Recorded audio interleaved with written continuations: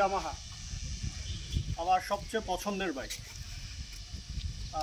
Yamaha পছন্দ হওয়ার পিছনে আমার সবচেয়ে বড় রিজন যেটা ছিল সেটা হচ্ছে এই বাইকের কমফোর্ট, তারপর হচ্ছে এটা সিটের যে অবস্থানটা, মাইলেজ, সব কিছু মিলে। বেসিক্যালি আমি ইয়ামাহার আগে হুন্ডার একটা বাইক রাইড করতাম। তো পরবর্তী যখন আমার বাইক চেঞ্জের একটা বিষয় ছিল, 125cc সেগমেন্ট থেকে বের হয়ে আসতে চেয়েছিলাম, তখন হচ্ছে আমার বড় সেগমেন্ট মানে ট্যুরের জন্য, বড় সেগমেন্টের জন্য আমি একটা ভালো বাইক খুঁজতেছিলাম।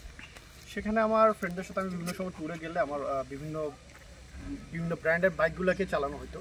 তো ওই বাইকগুলো চালানোর সময় আমি দেখা যেত যে বিভিন্ন সময় আমার কোমরে ব্যথা, হাতে ব্যথা, বিভিন্ন প্রবলেমগুলো আমি ফেস করতাম।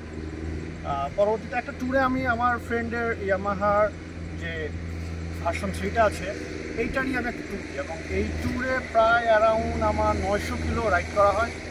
তো অবাক করার বিষয় হচ্ছে যে এই ট্যুরটা শেষ করে সামনে আমার মধ্যে মানে পূর্বে যে ব্যথা বা যে কমফোর্টের যে বিষয়গুলো নিয়ে আমি প্রবলেম ফেস করতাম ওগুলো কোনো কিছুই ছিল না।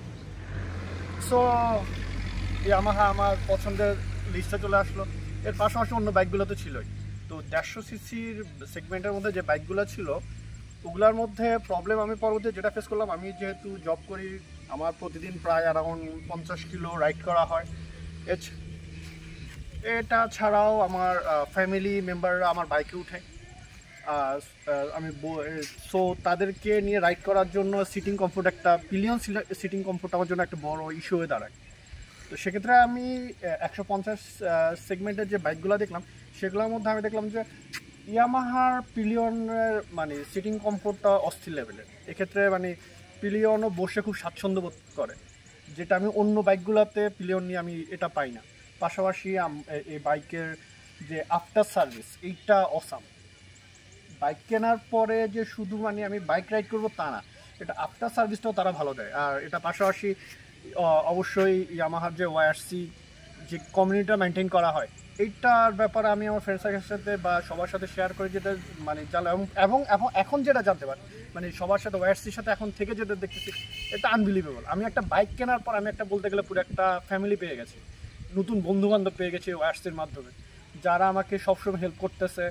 আমরা একসাথে ট্যুর দিচ্ছি, একসাথে মিট আপ করতেছি। মানে একটা বাইক কেনার সাথে যে কত কিছু নতুন করে পাচ্ছি এটা আসলে বলার বাইক। আর ইয়ামাহা মানে এই সব কিছু মিলে ইয়ামাহা আমার সবচেয়ে পছন্দের বাইক, এবং আমি এটা চালাই আলহামদুলিল্লাহ আমি পুরা স্যাটিসফাইড। এর কমফোর্ট, এর পাহাড়ি রাস্তায় এর যে কমফোর্ট লেভেলটা সেটা অস্থির। আমি যদি পিচ্ছিল রাস্তায়ও যাই সেখানেও আমি এটার অস্থির কমফোর্ট পাচ্ছি। আর পিলিয়ন কমফোর্ট তো বললামই।